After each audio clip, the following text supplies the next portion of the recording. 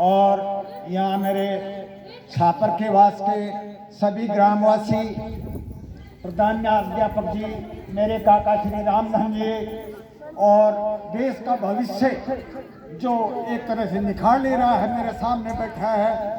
और वो इस छापर का भी भविष्य है तो साथ में देश का भी भविष्य है। आज अपन सभी लोग एक तरह से ये गणतंत्र दिवस जो मना रहे हैं, इसके पीछे कई कहानी रही है। बाबा साहब अम्बेडकर, येदियुरप्पा कुमार और कई ऐसी विभूतियां रही जिन्होंने इस संविधान का निर्माण किया और एक तरह से देश के ऊपर शासन की जो व्यवस्था है उस संविधान के अनुसार चले, ये एक तरह से परिपाटी चालू थी।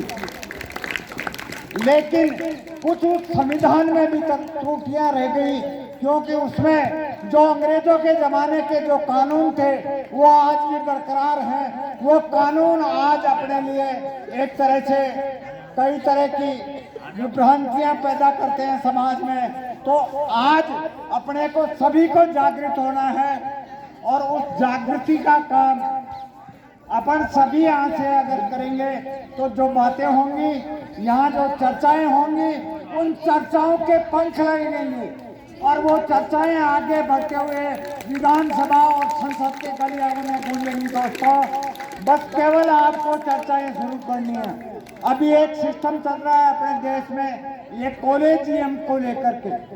कॉलेजियम एक ऐसी परिपाटी चल गई जिसका कोई संविधान में उल्लेख नहीं है, लेकिन जो हाई कोर्ट और सुप्रीम कोर्ट में जजों की नियुक्ति होती है उसमें परिवारवाद पनप गया। आज तक के इतिहास में अपने राजस्थान हाई कोर्ट में एक मीणा जी हाई कोर्ट के प्रमुख जज हुए थे, यादराम जी मीणा। उसके बाद में आज तक किसी दलित का या किसी एसटी समुदाय का या किसी ओबीसी समुदाय का वहाँ उस पद तक नहीं पहुँचा।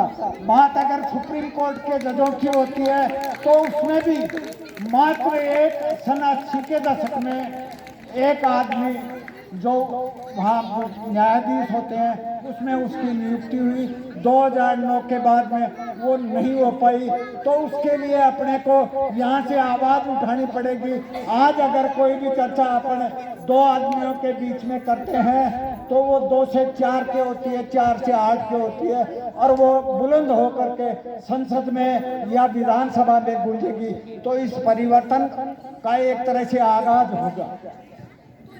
यहाँ में जितने भी अध्यापक बंधु हैं वो एक तरह से चरित्र निर्माण का काम करते हैं।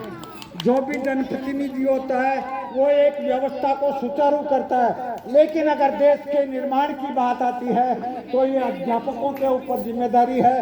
हो सकता है यहाँ स्कूल प्रांगण में ऐसे अध्यापक हैं जो अभी नई नई ड्यूटी की है, उनको इतना अनुभव नहीं है, तो वो अगर इन बच्चों में राष्ट्रीय शिक्षा और जो भारतीय संस्कार है उनकी शिक्षा दे दी तो वो चाहे किसी भी पद के जाए वो एक तरह से छापर का नाम करेंगे।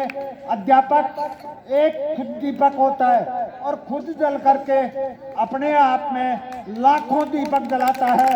तो एक बहुत महत्वपूर्ण जिम्मेदारी है इन अध्यापकों की। ये अपने आप को वेतन से न तोले, अगर मेरे को वेतन इतना मिलता है, पैसा तो हर आदमी कमाता है, आपको भी ये जो जिम्मेदारी है वो बहुत बड़ी जिम्मेदारी मिली है। इस देश के निर्माण की जिम्मेदारी है। पैसा कमाने के लिए तो कोई ईंट का भट्टा भी लगा सकता है, कोई बिल्डर भी बन सकता है, लेकिन देश के चरित्र निर्माण की जो जिम्मेदारी है वो इन अध्यापकों के ऊपर है। और इस जिम्मेदारी को अपने आप को समर्पित कर करके इन बच्चों के भविष्य को निखारने में लगाएं। इन बच्चों में राष्ट्रीय शिक्षा और भारतीय जो संस्कार हैं उनकी शिक्षा कोर्स में नहीं है, उसके बावजूद भी अपने स्तर पे आप इन बच्चों में वो शिक्षा दें।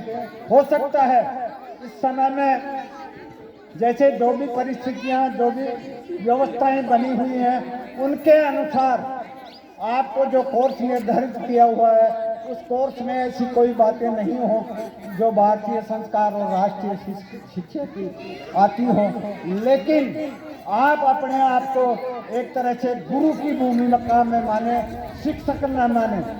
अपने जो पूर्वज थे उनमें एक गुरुओं की अलग परंपरा थी, और जो गुरु होता है वो शिष्य, जो भी अपना शिष्य होता है उस शिष्य की हर गतिविधि पे नजर रखता है। आप जरूरी नहीं कि ये बच्चे नौकरी ही करें, लेकिन जो भी करे, जो भी काम करें आने वाले समय में, वो एक तरह से राष्ट्र को समर्पित हो, जिससे अपने नए राष्ट्र का निर्माण हो सके। तो मैं पुनः ये जो गुरुजन बैठे हैं मेरे सामने, उनके ऊपर जो जिम्मेदारी है उनको पुनः एक तरह से निवेदन करता हूं कि आप देश के चरित्र निर्माण में अपने अपने स्तर से काम करें और इन बच्चों के का जो भविष्य है उसको निखारें। जय हिंद, जय भारत।